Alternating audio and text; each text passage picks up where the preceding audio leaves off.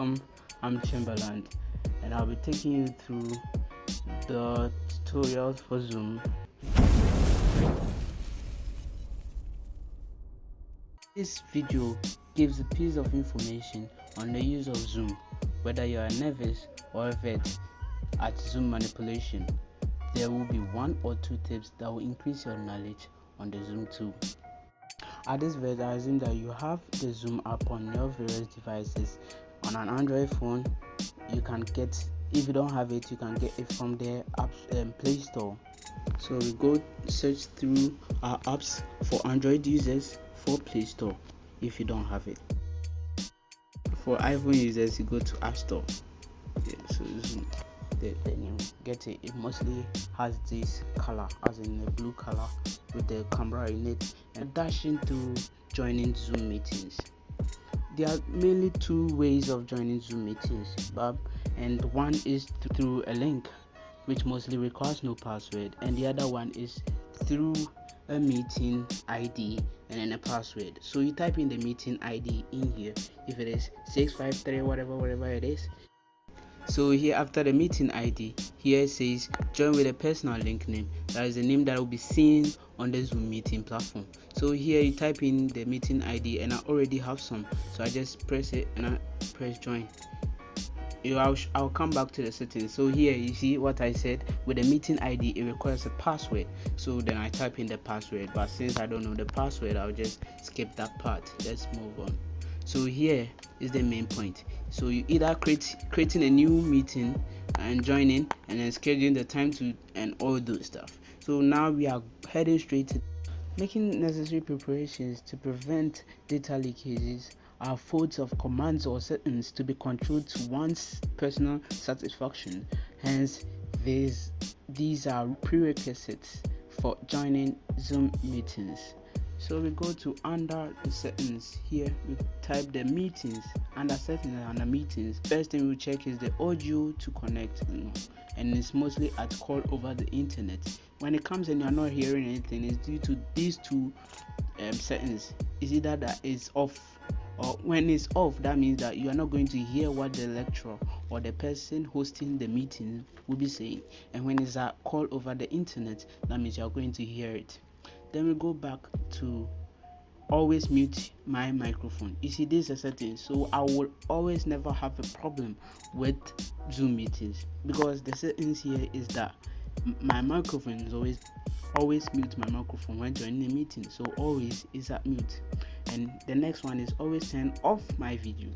Sometimes you might be dressing and you wouldn't know that your thing has connected and your video to streaming, and that might be a disaster though. So you go to allow it. Mostly when you go to settings, it's always at disallowed. When it's quiet, that means it's disallowed. That means when you go on the meeting, everybody will see you. So all that you got to do is allow it. That means always turn off my video when joining a meeting. And then my mirror video, it means that when you put it on, when your video is on, you see yourself, like the selfie mode, and it will appear in a 4 connect screen, small size below here when sharing it. And it says always show video preview. It will show how your video will appear, so that you make the necessary decorations that you need to impress or whatever. Be aware of it. And non-video participant, if you want to see them, sometimes their image will pop up. If you allow this thing, that means you see them but with no video, so you see an art. If it's a male, you see a male art be representing the person, and if the person has a picture too, you see it. So if you want, you can disallow it. It's not that one is not a major deal. And show the name of participants join.